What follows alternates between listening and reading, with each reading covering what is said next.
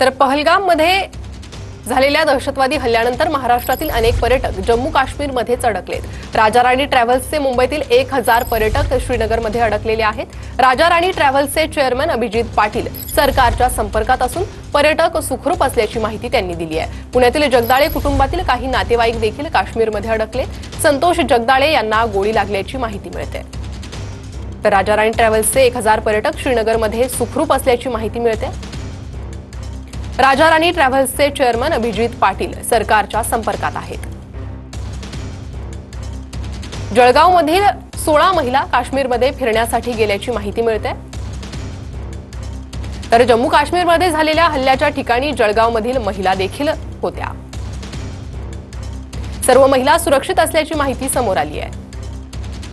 पुण्यातील जगदाळे कुटुंबातील काही नातेवाईक काश्मीरमध्ये अडकलेले आहेत। तर संतोष जगदाळे यांना गोळी लागल्याची माहिती मिळते। सध्या त्यांच्यावर उपचार सुरू आहेत। तर नागपुरातील एक कुटुंब देखील पहलगाममध्ये असल्याची माहिती मिळते। सिमरन रूपचंदानींच्या कुटुंबातील एक जण पहलगाममध्ये अडकलेत। राजा राणी ट्रॅव्हल्सचे अनेक पर्यटक काश्मीरला अडकलेले आहे। राजा राणी ट्रॅव्हल्सचे संचालक विश्वजित पाटील यांच्याशी संवाद साधलाय आमच्या प्रतिनिधींनी। आपले काही पर्यटक जे आहेत ते श्रीनगरमध्ये काश्मीरमध्ये गेलेले आहेत, तुम्ही त्यांच्या संपर्कात आहात का? आणि जर संपर्कात असाल तर कशा पद्धतीने तुम्ही त्यांना माहिती देताय आणि काय तिकडचे अपडेट आहेत, तुम्हाला काय सांगण्यात आलंय त्यांच्याकडून? कालची एक मोठी दुःखद घटना घडली पहलगाम या टुरिस्ट स्टेशनला आणि आमचे बरेच पर्यटक आत्ता पण काश्मीरमध्ये आहेत।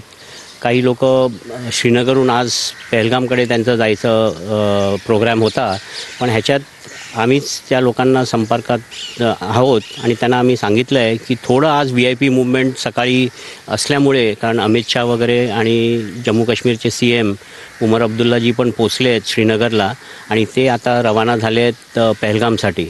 तर त्यामुळे आम्ही लोकांना पण सांगितलं आहे की पहलगाममधून बाहेर पडताना किंवा पहलगामला जाताना थोडं आज उशिरा निघायचं आहे, कारण मेन की तिकडे VIP मूवमेंट असल्यामुळे थोडं डिले करता येईल प्रवास। आपल्याकडून गेलेले पर्यटकांची माहिती जी घेण्यासाठी काही कुटुंबांनी तुमच्याशी काही संपर्क साधला का?